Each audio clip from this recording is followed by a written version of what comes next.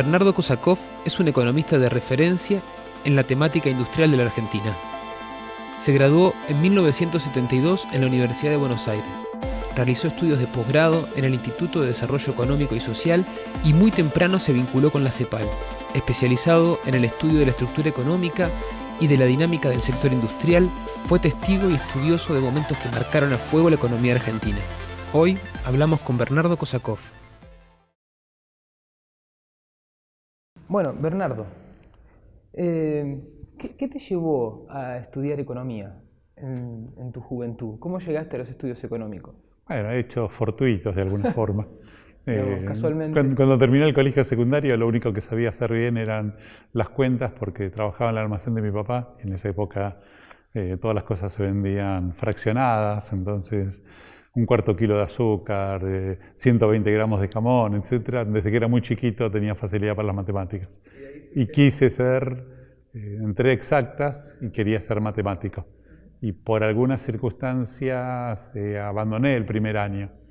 Y después, cuando quise retomar la universidad, la única universidad que daba examen de ingreso que había en aquella época, año 1968, era Económicas. Cosa que, por supuesto, nunca pensé ser contador o administrador. Y viene un tío y me dice: mira, vos que sos medio raro, hay una carrera de economía ahí, por ahí te interesa. No sabía mucho lo que era.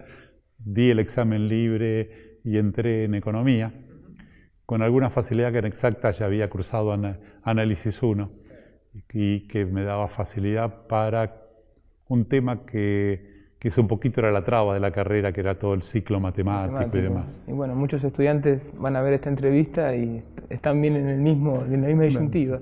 Y claramente lo que tenía era facilidad por las matemáticas, pero cuando entré en economía eran épocas muy efervescientes Fue una época interesante porque era una de las, digamos, épocas de oro del capitalismo argentino, al menos muchos la consideran de esa manera, y al mismo tiempo, inclusive de la Universidad de Buenos Aires, una Universidad de Buenos Aires muy, digamos, floreciente, y al mismo tiempo con los bastones largos, ¿no? ¿Cómo fue esa época en la universidad? No, los bastones largos fueron en el 66, yo entré en el 68. Después, claro. Y nosotros vivíamos más que la época floreciente, que ahora un poquito la miramos en el pasado como con un poquito de nostalgia. En ese momento la vivíamos con una etapa muy conflictiva y estaba la dictadura militar y era el periodo de Onganía y de escaseces de derechos civiles y demás, con lo cual era un momento difícil y la Universidad de Buenos Aires había recibido el golpe de la noche de los bastones largos, en los cuales se retiraron una parte notable de muchos profesores y también bueno, se perdió un poquito la autonomía universitaria.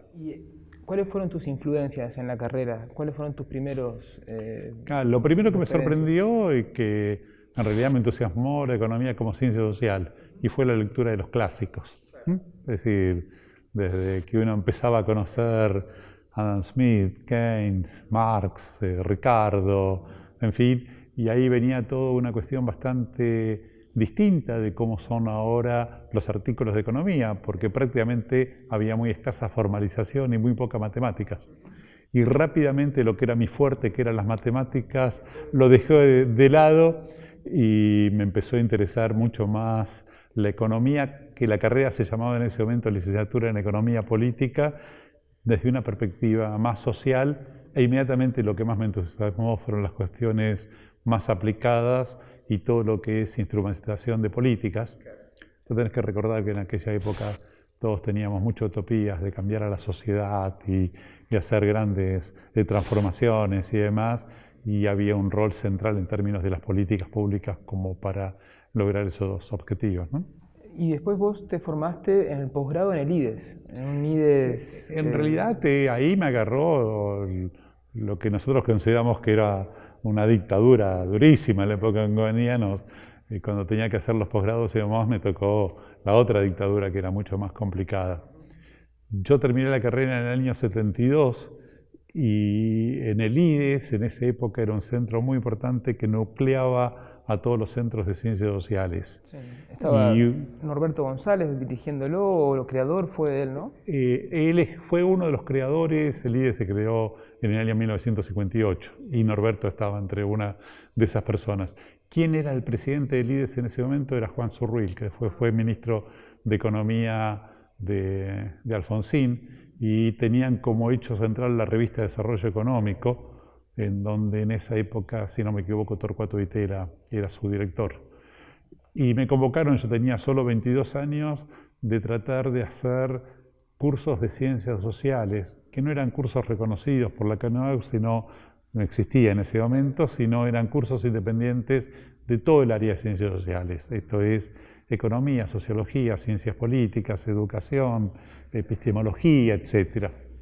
Y ahí tuvimos un periodo que fue muy exitoso en el desarrollo de esos cursos, que se potenciaron notablemente cuando vino ya el periodo de Ivanišević, finales de los años 74 y mucho más con el golpe militar del 76, y el IDES durante esa época de la dictadura, hasta el año 83, era uno de los pocos lugares independientes en donde había una participación muy pluralista de gente, y llegamos a tener un par de miles de alumnos por año.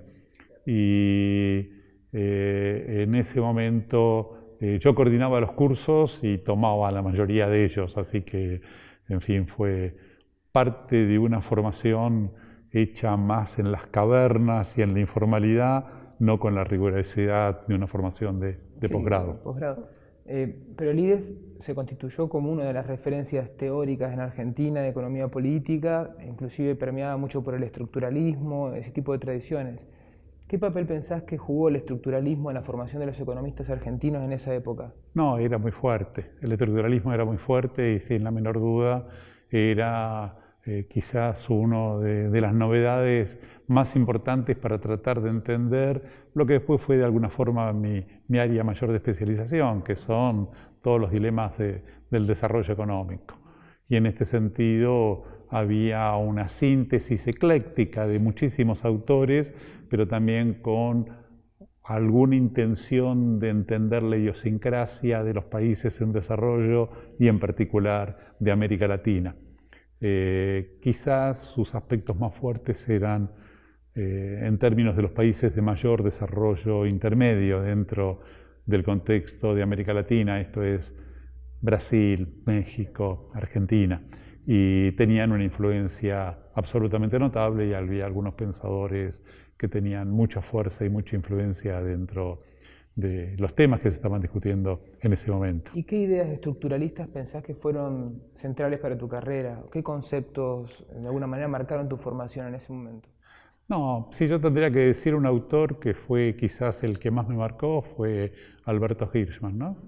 Y que justamente tiene, entre otras cosas, un sesgo hacia el optimismo y un intento de tratar de entender el desarrollo económico no solamente como una visión de los economistas, sino tratando de confluir distintas disciplinas para entender estos fenómenos que son notablemente complejos.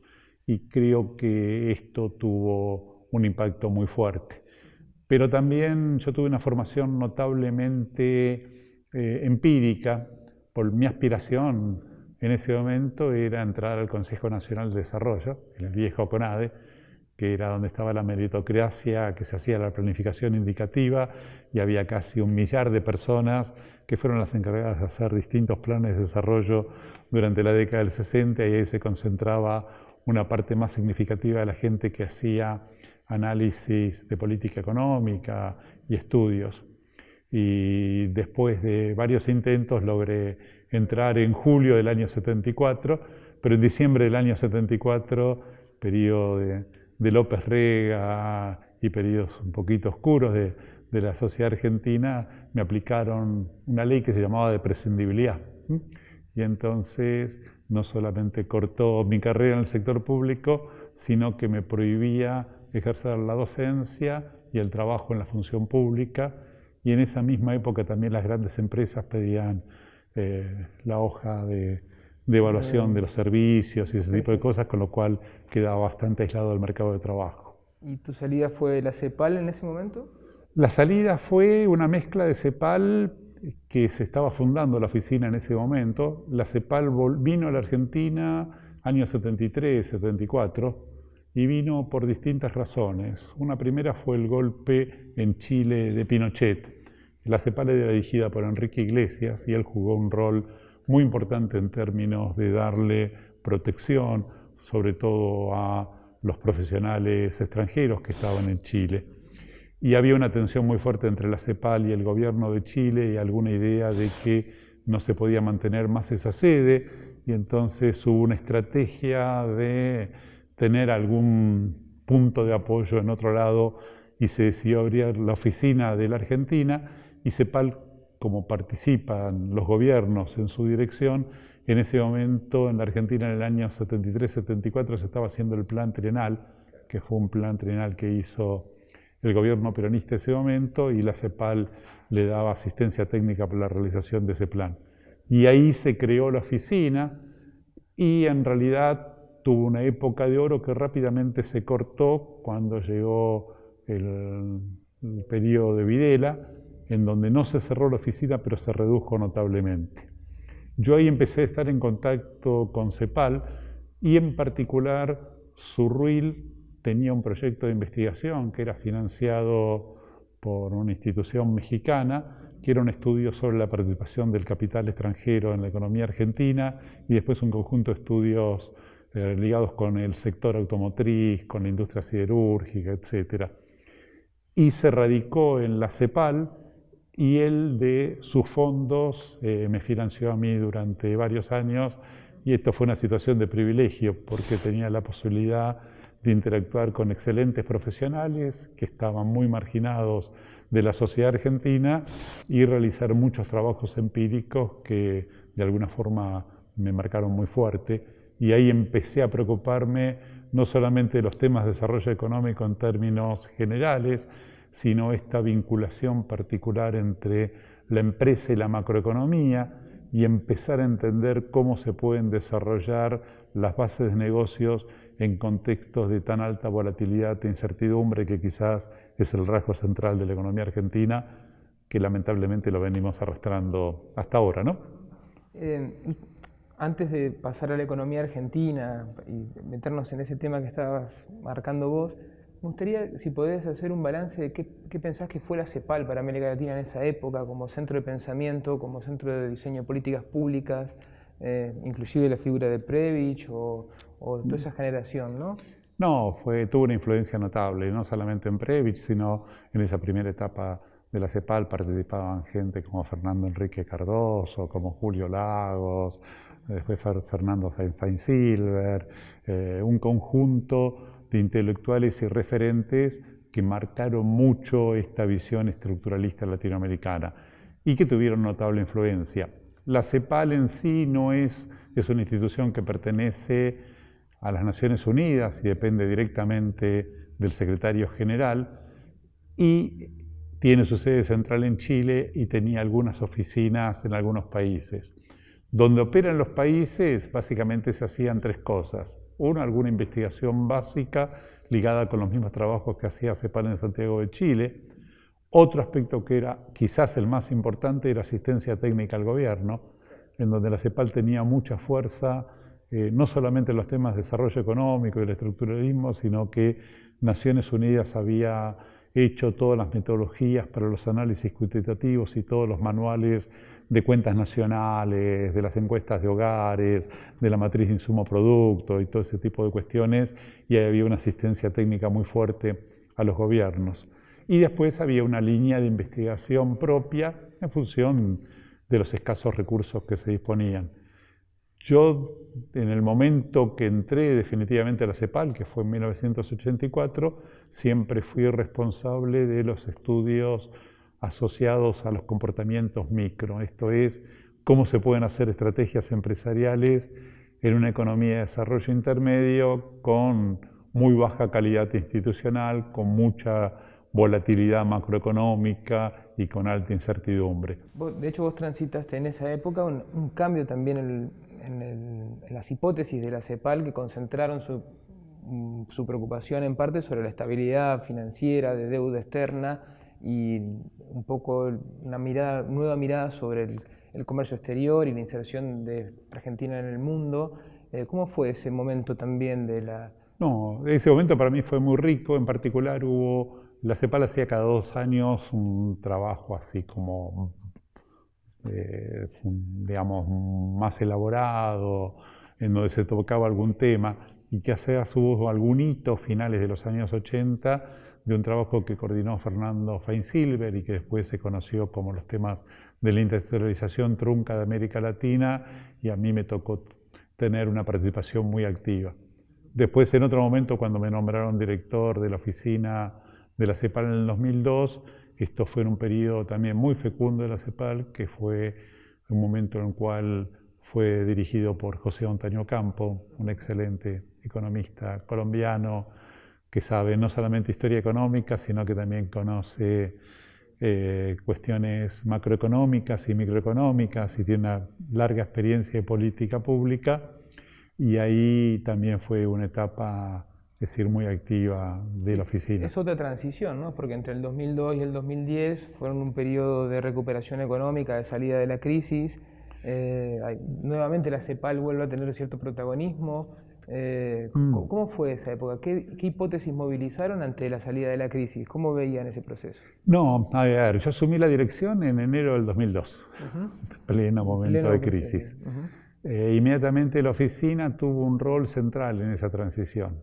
En particular, nosotros hicimos un proyecto que quizás fue la experiencia profesional más apasionante y que hemos tenido más logros, y era un momento en el cual la Argentina tenía serias dificultades para transitar no solamente aspectos económicos, sino aspectos sociales, y había alguna percepción de que no había ninguna posibilidad de recuperar las fuentes de crecimiento, ni mucho menos de tener consistencia macro, y la mayor parte de la profesión de los economistas se pensaba que la Argentina a finales del año 2002 iba a entrar en un nuevo episodio hiperinflacionario. Mediados del 2002, pedido por Remes Lenikov y después mantenido por Lavagna, pero financiado por el BID y básicamente por Enrique Iglesias, en ese momento nos dieron $500.000 a la CEPAL para asistencia técnica del gobierno, donde el principal impulsor de esto fue Jorge Todesca, que trabajaba con Remes Lenikov, y nos encargaron un estudio que terminamos en menos de 7 meses, y en donde contratamos 70 trabajos, cada persona en menos de 3 meses y cobrando solo $1.000, tenía que hacer básicamente qué había sucedido en la economía argentina durante la convertibilidad, cómo estábamos en el 2002 y dónde nos podíamos recuperar. ¿Y qué encontraron? Y encontramos de que la Argentina tenía posibilidades de tener consistencia macro, pero fundamentalmente que tenía capacidades en su estructura productiva para recuperar las fuentes de crecimiento. Y además de esos trabajos hicimos 3 grandes encuestas en colaboración con el INDEC. Uno fue la encuesta de innovación, otras encuestas industriales en alrededor de 2.000 establecimientos industriales, y también fortalecimos la encuesta de las grandes empresas, que abarca las 500 empresas más grandes de la Argentina. Y en un contexto en donde todo el mundo era terriblemente pesimista, quizás apareció la primera visión en donde la Argentina podía recuperar las fuentes de crecimiento, y algunos de los estudios mostraban la dinámica de cambio estructural que se estaba generando en la Argentina. Una parte importante de esos estudios fueron de todas las cadenas agroindustriales, de lo que ahora modernamente podemos llamar de la bioeconomía, y otros estudios tenían que ver con los servicios basados del conocimiento. A partir de esto salieron las leyes del software. Otros estudios tenían que ver con los temas de innovación, y después se mantuvieron las encuestas de innovación y se lo veía como un factor clave. Pero en definitiva lo que tratábamos de ver era, primero, cómo se lograba la consistencia macro. Y esto es, se veían los aspectos fiscales, los aspectos financieros, los aspectos monetarios. Pero en términos seguidos aparecían toda la agenda de desarrollo, y aparecían los temas de equilibrio territorial, de empleo, de institucionalidad, etc.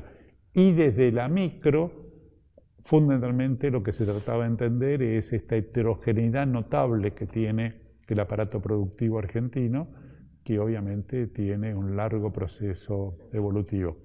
Y fue una experiencia notable y terriblemente pluralista. Llamamos a toda la gente independientemente de sus miradas, pero todos tenían un perfecto conocimiento de sus sectores. Y ahí creo que fue quizás una de las cosas que mayor satisfacción tengo en mi experiencia como economista y demás.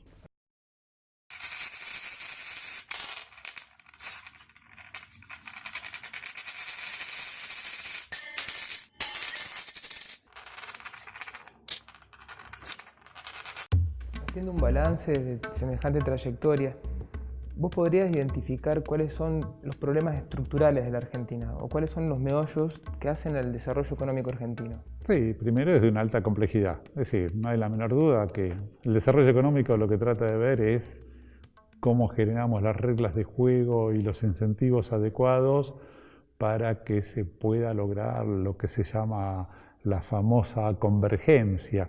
Y la convergencia es a los niveles de equidad, de productividad y bienestar que tienen las sociedades más avanzadas. Y en este sentido, lo que aparece con claridad es que la Argentina, después de algunas décadas de desempeño muy exitosos, tenemos una larga historia en donde la economía argentina no tuvo la capacidad de crecer, no solamente el producto, sino su productividad, y que no tuvo justamente los desempeños que tuvieron otras experiencias más exitosas. Quizás el tema central que me parece muy determinante, y obviamente no es el único, es este rasgo tan idiosincrático de la economía argentina, que es su volatilidad. ¿Qué es la volatilidad? Una economía que durante algunos años tiene una capacidad notable de generar riqueza, y generamos riqueza de una forma más acelerada que nuestros vecinos latinoamericanos, pero eso no lo podemos mantener. Y después de los periodos de expansión tenemos ajustes muy violentos, y ahí cuando hacemos los ajustes también los hacemos en forma parecida al resto de los países en desarrollo, porque están muy influenciados por los ciclos económicos internacionales, pero en la Argentina los ajustes son más profundos. Entonces, mientras que los países que han crecido, cuando uno mira en el largo plazo, encuentra un sendero de crecimiento que es sostenible, con distintas tasas de crecimiento, pero los agentes económicos tienen una percepción de cuál es su ingreso permanente de largo plazo, y la imagen que uno dibuja de esta generación de riqueza a través del tiempo es algo parecido a un tobogán de una plaza. Luego, cuando vemos los gráficos de la economía argentina, nos encontramos un serrucho, una montaña rusa, etc. Que cuando crecemos, crecemos mucho, cuando caemos, caemos mucho, pero en promedio estamos notablemente estancados. ¿Y por qué pensás que nos enfrentamos a esa restricción o ese freno, el famoso stop and go?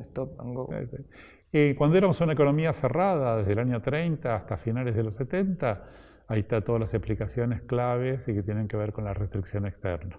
Era la incapacidad que tenía el sistema económico de generar las divisas suficientes para financiar el crecimiento de largo plazo, y ese crecimiento de largo plazo requería de divisas que el aparato productivo no lo podía generar. Y la restricción externa explica perfectamente los ciclos de stop and go y los ciclos económicos. Cuando la economía argentina se abre al mundo, como se abre en todos los países, y cambian los modelos de organización productiva, y pasamos del fordismo al toyotismo, y aparecen que de las empresas transnacionales, que eran las empresas multifirmas que operaban con tecnologías distintas en cada país, aparecen las cadenas globales de valor y un crecimiento notable del comercio, del flujo de inversiones y el flujo tecnológico. Aparece también otro elemento que es producto después de los cambios en los precios del dólar y el petróleo, que son los famosos petrodólares, que generan excedentes financieros notables, y la aparición de movimientos internacionales de capitales en donde las economías no solamente se abren desde el lado comercial, sino también desde el lado financiero. Ahí la Argentina tenía que transitar una muy difícil situación, que era a la tradicional restricción externa, ahora era cómo pasar de un modelo de economía semicerrada a un modelo de economía abierta, en donde estaban todas las turbulencias macroeconómicas y la necesidad de la estabilidad, y por eso era condición fundamental frenar los procesos inflacionarios, pero al mismo tiempo cómo transitar de los viejos modelos de organización a lo que en ese momento hoy se denomina la tercera revolución industrial. Y esa transición requería aprovechar los activos que se habían construido, superar sus dificultades y generar algún ejercicio colectivo para ir adelante. Esto la economía argentina no lo pudo transitar y a la restricción externa se les sumó estos movimientos procíclicos de la entrada de capitales. Cuando nos iba muy bien nos prestaban mucha plata. Nosotros, en lugar de hacer dinámica de cambio estructural, educar a la gente, innovar, hacer infraestructura y todas las cosas buenas para crecer, creíamos que éramos ricos y crecían los consumos públicos y privados. Después no podíamos pagar esto y cuando llegaba la crisis y necesitábamos la ayuda financiera, en lugar de tener la ayuda financiera llegada al sudden stop, el no acceso a los mercados internacionales, y teníamos que pagar los intereses y las deudas que acumulamos y que no sirvieron para reformas estructurales, sino que sirvieron para financiar consumos públicos y privados que no eran sostenibles. Y ahí tenemos un periodo que va del 76 al 2002, en donde en esos 28 años la Argentina tuvo 14 años de caída del nivel de actividad. El serrucho fue más en baja que en alza. Más baja que en alza, y también la intensidad del ciclo fue más alta. Cuando crecíamos más, y cuando caíamos más. Con lo cual la volatilidad siempre estuvo totalmente presente. Y esta volatilidad nueva se asocia no solamente a la restricción externa, sino a los movimientos de capitales, al problema inflacionario y a lo que se generó desde principios de los años 80, que es un déficit estructural en términos del funcionamiento del sector público, que no solamente perdió su capacidad de generar bienes públicos, sino que también puso una cuota adicional de inconsistencia macroeconómica que nos acompañó. Básicamente, ¿no? En la deuda externa, que pegó muy fuerte en los años 80, pero después también una destrucción permanente de todo el funcionamiento del sector público, que perdió calidad en la ejecución y en la evaluación de sus políticas, y como operaba básicamente con gastos corrientes, lo que se perdió es la inversión y hubo un deterioro notable de todas las políticas sociales que teníamos en los años 50, 60 y 70 y que llevaban a la equidad de la sociedad argentina, y hubo un deterioro notable en términos de la educación, la salud, la infraestructura, el aparato judicial, la vivienda, etcétera, que eso obviamente fue un elemento adicional que fue generando quizás el rasgo más negativo de la Argentina, que es este brutal proceso de exclusión social. Una sociedad que era notablemente equitativa y que tenía niveles de bienestar social parecidos a los países desarrollados, rápidamente entramos en el sendero latinoamericano, y toda esta volatilidad, hubo un montón de programas de política económica que trataron de solucionarlos. Cada uno de ellos con recetas un poquito distintas. Desde mi punto de vista, los programas de política económica siempre son eclécticos y tienen instrumentos heterodoxos y ortodoxos, pero no hubo ningún marco de política que fue la que nos permitía recuperar de la crisis, sino una visión pasiva de la sociedad para haber aceptado de que todos los procesos de crisis los financiábamos con los aportes de los sectores de menos ingresos. Y esto generó este brutal proceso de exclusión social, ¿no? ¿Se podría agregar a partir del 2002 el retorno de un viejo problema como el de la inflación, que, digamos, que no aparece hasta el 2002 claramente, y que después, no sé si 2007, 2008, depende un poco de las mediciones, pero vuelve de vuelta como una característica estructural de la Argentina? Claro, 2002-2007 fue un periodo notable de la economía argentina, se volvió a crecer nuevamente, se volvió a crecer generando empleo, que era uno de los dilemas más fuertes que uno tiene, y fundamentalmente, a pesar de que había gente heterodoxa en términos de la responsabilidad del manejo de la política pública, se logró una consistencia macro absolutamente notable. Y lo que eran los déficits gemelos se convirtieron en superávit gemelos. Esto es, las cuentas finales del sector público y la relación nuestra con el exterior a través de la cuenta corriente tuvieron resultados notables y con un proceso inflacionario muy bajo que recién empezó a acelerarse a finales del 2006 y que se empezó a complicar a partir del 2008. Pero ahí hubo 6 o 7 años de la economía argentina donde se dio un proceso de recuperación realmente notable con una disciplina macroeconómica, pero al mismo tiempo con una agenda de desarrollo y crecimiento y de inclusión social que fue realmente muy significativa. Que lamentablemente a partir del 2008 empieza a complicarse, viene la crisis internacional, la crisis del campo y otros hechos. En fin, hay un periodo 2008-2011 con luces y sombras, pero después estamos en la etapa más contemporánea, desde el 2011 hasta hoy, que la economía argentina, si uno tiene que verla desde la perspectiva de alguien que mira simplemente los hechos centrales, dejó de crecer, dejó de generar empleo, no hay más generación de empleo privado y el solo empleo que se genera es dentro del sector público, pero fundamentalmente cayó la tasa de inversión, no se aceleró los procesos de innovación, no se calificaron los recursos humanos, cae la productividad y en un contexto en donde aparece crecientemente una presión impositiva para financiar el funcionamiento del aparato estatal que genera trabas estructurales notablemente complicadas, ¿no? Sí, porque, digamos, es cierto que Argentina incrementó su volumen de exportaciones en torno a una revolución tecnológica en el mundo agro, la incorporación de los recursos naturales, tenemos más exportaciones, más dólares que en la década del 80. Ahora, si uno ve, digamos, por ejemplo, en Santa Fe, Entre Ríos, donde venimos nosotros, o inclusive en la provincia de Buenos Aires, muchos de nuestros parientes, amigos, trabajan en industrias metalmecánica, en industria de metalurgia en general, maquinaria. La provincia de Buenos Aires tiene un enorme entramado de producción de línea blanca u otros, digamos. Esos sectores, por lo menos, no sé qué porcentaje se representarán del producto industrial, pero deben estar por lo menos cerca del 30% en algunos casos. Y es mucho empleo, y empleo muchas veces de calidad, y son los que entran en riesgo cada vez que hay una apreciación cambiaria, uno de estos ciclos digamos, basados en la apertura y la financiación barata, ¿no? No, de lo que vos hablas de la metalmecánica, podríamos tener un programa especialmente dedicado para ello.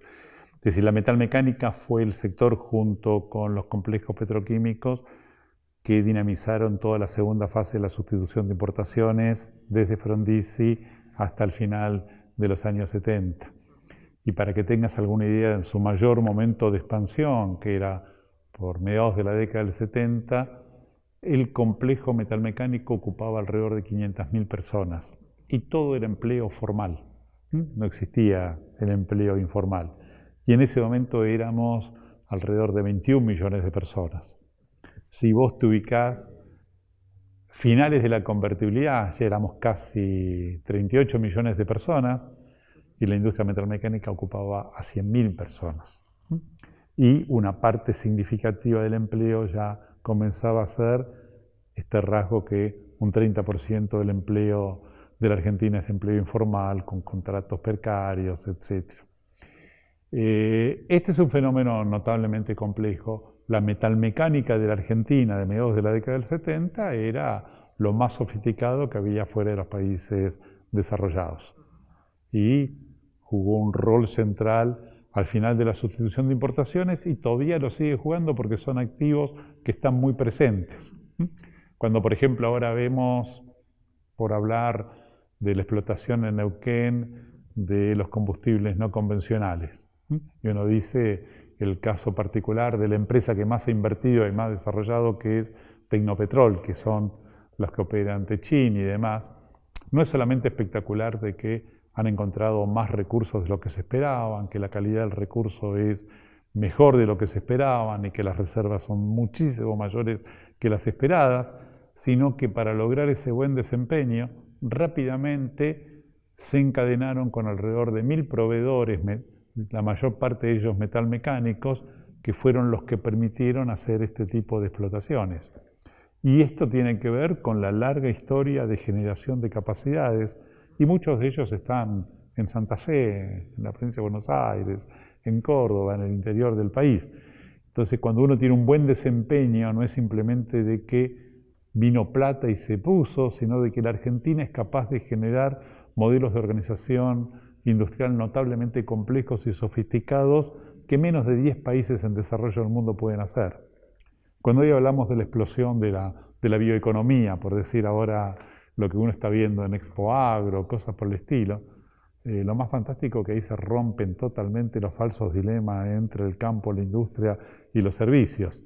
Si hoy estamos en la frontera técnica internacional y con innovación y hemos tenido este desempeño absolutamente espectacular, de esto no ha sido ajeno todo el desarrollo que ha habido en fertilizantes, en maquinaria agrícola, en biotecnología, en genética, en semillas, en drones, en servicios tecnológicos, servicios financieros, etc. Y esto pocos países del mundo lo pueden ofrecer. Y a veces cuando se habla del sector industrial, en términos absolutamente irresponsables, muchos ven de que es el problema de las fuentes de crecimiento, cuando justamente es parte de la solución. El sector industrial tiene una fuerte capacidad de generación de empleo, es donde más empleo formal hay, donde tiene mayores encadenamientos, cada empleo industrial genera 2,5 empleos adicionales en el resto de las actividades, donde los niveles salariales son los más elevados y en donde en definitiva el factor que es competitivo ahí es tener mano de obra calificada y gente que tenga capacidad de innovación. Y en esto la Argentina tiene un activo muy importante que pocas sociedades lo pueden tener. Y a veces hay alguna visión de la erosión de la industria porque pierde participación en el producto. Pero los países que tienen mejor desempeño en el mundo, cuando uno ve Alemania, Japón, Corea, China, en Estados Unidos, etcétera, todos tienen una base industrial notablemente fuerte, en donde avanza ahora la revolución industrial 4.0, pero simultáneamente aparece el sector industrial como uno de los ejes centrales del proceso de desarrollo y de creación de empleo, ¿no? Todos los países que nombraste, desde Alemania hasta Japón, inclusive otras naciones o regiones, digamos, europeas que han tenido también reconversiones productivas, mejorando su productividad industrial, todos tuvieron políticas industriales. De algún modo u otro hay distintos tipos, trabajando con grandes empresas, con la mediana empresa en el caso alemán, en alianzas internacionales, introduciendo tecnología, etc. ¿Cuál pensás que es la política industrial que la Argentina requiere? No, creo que se puede aprender de todos esos casos y hay muchas enseñanzas. Al principio hay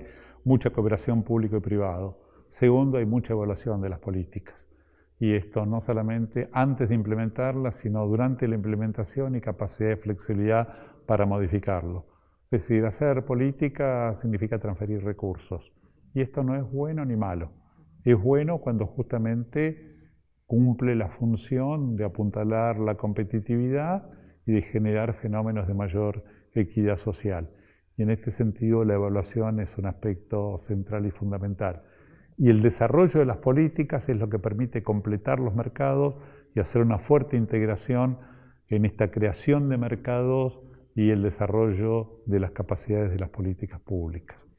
Y en esto, bueno, la Argentina, cuando uno trata de ver el desarrollo industrial, este es un fenómeno en donde se da en procesos asociativos en la cadena de valor entre grandes y medianas empresas, entre la infraestructura, los servicios financieros, los sistemas de innovación, etc. Pero fundamentalmente, paralelamente a la construcción de estas capacidades, existe una capacidad de las sociedades que son exitosas de capacidad de construcción institucional. Y esto no son solamente las políticas públicas, sino son todo el sistema de apoyo de las cámaras empresariales, de los sindicatos, de las universidades, para generar las condiciones en donde uno pone las reglas de juego que incentivamos al señor que quiere emprender, que quiere competir, que quiere innovar, que quiere tomar mano de obra calificada, etc. Por la cuestión, en definitiva, es cómo generar más riqueza. Después está un punto esencial, esta torta cuando es más grande, tenemos que distribuirla en forma más equitativa de a veces de lo que sucede, pero fundamentalmente hay que dar simultáneamente este proceso de construcción institucional para garantizar el desarrollo de las ventajas competitivas dinámicas y simultáneamente los procesos de inclusión social. Recién decías que es fundamental un entramado institucional a nivel mesoeconómico o microeconómico para dinamizar el sector industrial junto con políticas. Definitivamente. ¿Y no se corresponde eso también con lo macro? Es decir, algún acuerdo institucional que nos dé previsibilidad y ciertas condiciones mínimas a nivel macroeconómico y financiero. No, totalmente de acuerdo. La condición la condición primaria es de que tengas consistencia macro. Si vos pensás que la semana que viene una crisis, nadie va a invertir en activos específicos y poner una línea de producción y tomar recursos humanos y tener una trayectoria tecnológica o tratar de ganar un mercado externo. Porque ahí va a hundir plata, capacidades que lo único que le va a dar van a ser pérdidas. Y para eso es fundamental tener una macro que sea consistente. Pero esa es condición necesaria, pero no suficiente. Y esta es la complejidad del desarrollo económico. Cómo aceptar la consistencia macro, pero tener una macroeconomía para el desarrollo. Y en este sentido, tratar de aplicar justamente los instrumentos a situaciones que son muy complejas. Porque la estructura industrial argentina es notablemente compleja. Y hay una total correlación entre el aparato productivo y la estructura social y las capacidades de los recursos humanos. La Argentina tiene un sector muy moderno y competitivo que pocas sociedades tienen. Y en donde producimos a niveles de la frontera técnica internacional. Y esto hay que estimarlo, apoyarlo y que es importante. Dicho en forma muy sintética, esto lo tenemos en toda la bioeconomía, lo tenemos en las grandes plantas de insumos industriales, lo tenemos en la minería, lo tenemos en los prototipos de reactores nucleares que exporta INVAP, en varios sectores de la industria alimenticia, en nuestra capacidad del sector automotriz, en varias líneas que están de las 4x4 o en autopartes haciendo cajas de cambio o miles de otras cosas, en el mundo farmacéutico. La Argentina tiene ahí alrededor de unas 500 empresas que están en la frontera técnica internacional y que básicamente son las que nos garantizan las divisas. Y son las que ahora, en estos meses, están teniendo mejor desempeño. Pero ahí se ocupa menos del 25% de la mano de obra. Y entonces hay que romper los falsos dilemas, primero, entre el mercado interno y el mercado externo. Es fundamental ese mercado externo y tenemos que tratar de tener una estrategia de desarrollo en donde incentivemos la inversión y las exportaciones, pero al mismo tiempo hay que revalorizar el mercado doméstico. Y la Argentina tiene un mercado doméstico que es sumamente interesante. Nuestro tamaño del mercado doméstico somos la tercera economía de América Latina y estamos entre las primeras 10 economías fuera de los países desarrollados. Estoy acá, hay 45 millones de consumidores, con un nivel de ingreso, no sé, de $15.000 per cápita, con lo cual es sumamente interesante para desarrollar, para tratar de explotarlo. Y la explotación de ese mercado doméstico es lo que genera las ventajas competitivas dinámicas. Ahora, lo que es claro que un sector cuando crece y se acerca a las condiciones internacionales, el mercado doméstico rápidamente se agota. Y para seguir creciendo tiene que tener una estrategia de internacionalización. Con lo cual tenemos un mercado lo suficientemente interesante para que la gente venga a hacer sobreesfuerzos y desarrollar capacidades. Y al mismo tiempo lo suficientemente chico como tengamos que salir afuera.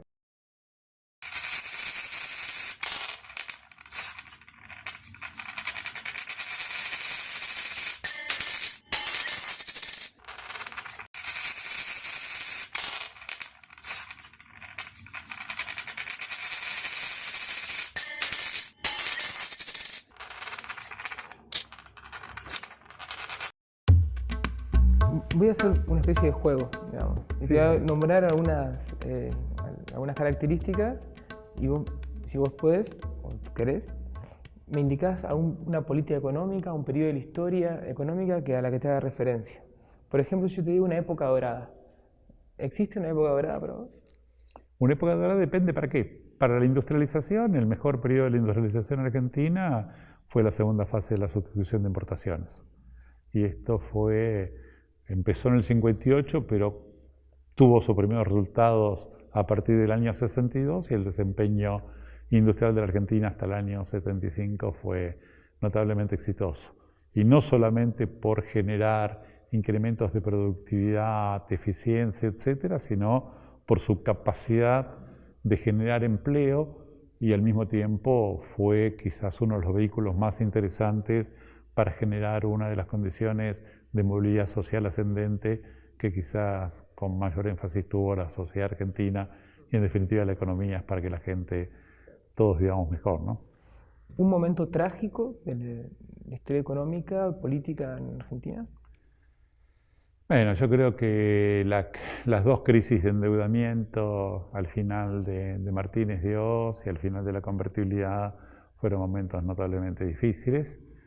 El primero derivó en toda la década perdida de los años 80 y en los problemas de inconsistencia macro y fragilidad fiscal que terminaron con los episodios hiperinflacionarios del 89 y el 90. Y después, bueno, la crisis del 2001, que en realidad se arrastró desde 1998 y fueron 4 años notablemente duros para la población y para las empresas, en donde todo el aparato productivo terminó con patrimonios netos negativos y con endeudamientos que superaban el valor de sus activos y con indicadores sociales, bueno, realmente trágicos, ¿no? Uh-huh. Y un momento, digamos, lo reverso de lo trágico, que es lo patético, ¿no? Es un momento cuando decís, no puede ser, me da vergüenza. ¿Crees que hay un momento en la economía argentina que tiene esa característica? Sí, yo creo que perdimos oportunidades, ¿no? Uno supone que 2011 hubiera sido un año que después de todos los procesos de recuperación y todo lo demás había que pasar de un modelo que estaba dinamizado por el consumo a un modelo en donde fundamentalmente se dinamicen las inversiones, las exportaciones, la capacitación de los recursos humanos, la innovación y haya una verdadera transformación del Estado para que ejecute políticas públicas que estén evaluadas y que den transferencias de ingresos que fundamentalmente ayuden a la competitividad y a la mayor inclusión social. Creo que en 2011 perdimos una oportunidad. ¿Y una esperanza que hayas vivido como tal? Yo siempre tengo esperanza, soy hirschmaniano. Claro. Y tengo el sesgo por la esperanza y siempre creo que trato de mirar, bueno, las cosas, lo peor que le puede suceder si uno trata de ver la situación de la gente humilde y la gente pobre, son los que más sufren las crisis. Las crisis son mecanismos muy sencillos donde todos los melones están desacomodados y que, bueno, los pobres se encargan de financiarlos y salimos para adelante. Pero eso nos dio esta vergonzosa exclusión social de la Argentina. Y en este sentido, yo creo que evitar las crisis es un hecho que es sumamente positivo. Quizás las inconsistencias que teníamos al final del 2015, lo más importante es que no caímos en una crisis. Eso fue malo para el próximo gobierno porque las inconsistencias no se veían y si no de alguna forma se pudieron haber visto. La crisis del año pasado, que se empieza en abril, cuando aparecen todas las dudas, de abril 2018, todas las dudas del cumplimiento del programa financiero en la macroeconomía argentina, si hubieran derivado en una crisis, creo que también hubiera sido notablemente más complicado y con un impacto más negativo. Así que, a ver, evitar las crisis me parece importante y que fundamentalmente si podemos superar la volatilidad y ser un país que los próximos 20 años crezcamos al 3% y vayamos generando empleo y todo lo demás, posiblemente la Argentina no sea ese país, el paraíso que alguna gente que creemos que tenemos mayor riqueza que tenemos, pero creo que ganaríamos notablemente en términos del bienestar de la mayoría de la población. ¿Pensás que es posible construir algo por el estilo? Yo creo que siempre es posible, pero eso es un ejercicio colectivo, hay corresponsabilidad de todos,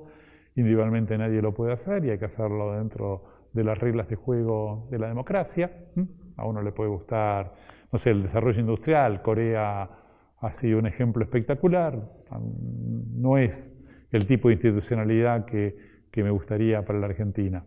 Y creo que dentro del marco de la construcción de la República, de las instituciones y la democracia, un ejercicio colectivo sin ser ingenuo y entender de que existen intereses y que existen diferencias, que existen conflictos y todo lo demás, creo que la cooperación nos puede dar un ejercicio que es más que de suma cero, y eso es fundamental en términos de la construcción de una nueva institucionalidad y un sendero de desarrollo que sea sostenible. La Argentina tiene las condiciones para hacerlo, pero eso no va a venir simplemente por el paso del tiempo. El paso del tiempo nos hundió más en el estancamiento, en la pérdida de productividad, en la exclusión social, en las grietas, etc. Y ojalá, bueno, podamos superar eso.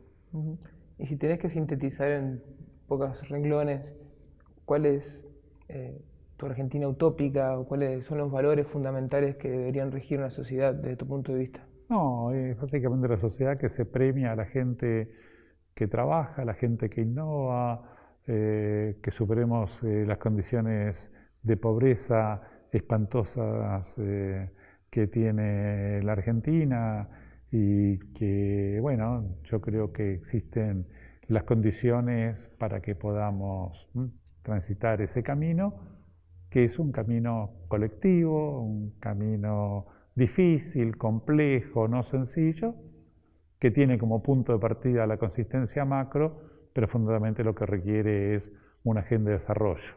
Y hoy el centro fundamentalmente hay que tenerlo en términos de cómo aprovechamos la población joven que tenemos, que lamentablemente es donde más se concentra la pobreza, y que al mismo tiempo donde no le damos las capacidades y los valores para que puedan incorporarse formalmente al mercado de trabajo. Entonces ahí el centro de atención, creo que las políticas tienen que ver cómo aprovechamos el enorme potencial que tenemos con la población joven argentina, y ahí viene todo el tema de educación, y tratar de ver de que, igual que la industria, que creo que no es parte del problema, sino es parte de la solución, la gente joven sin capacidades en Argentina justamente es parte de la solución en la medida que le demos las capacidades.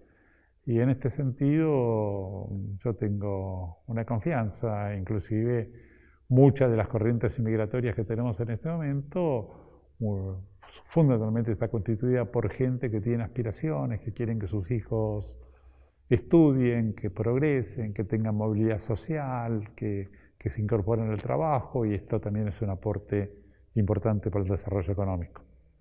Muchas gracias, Bernardo, por la entrevista. No, gracias a ustedes, y bueno, y no pierdan el optimismo. No, para nada, nunca.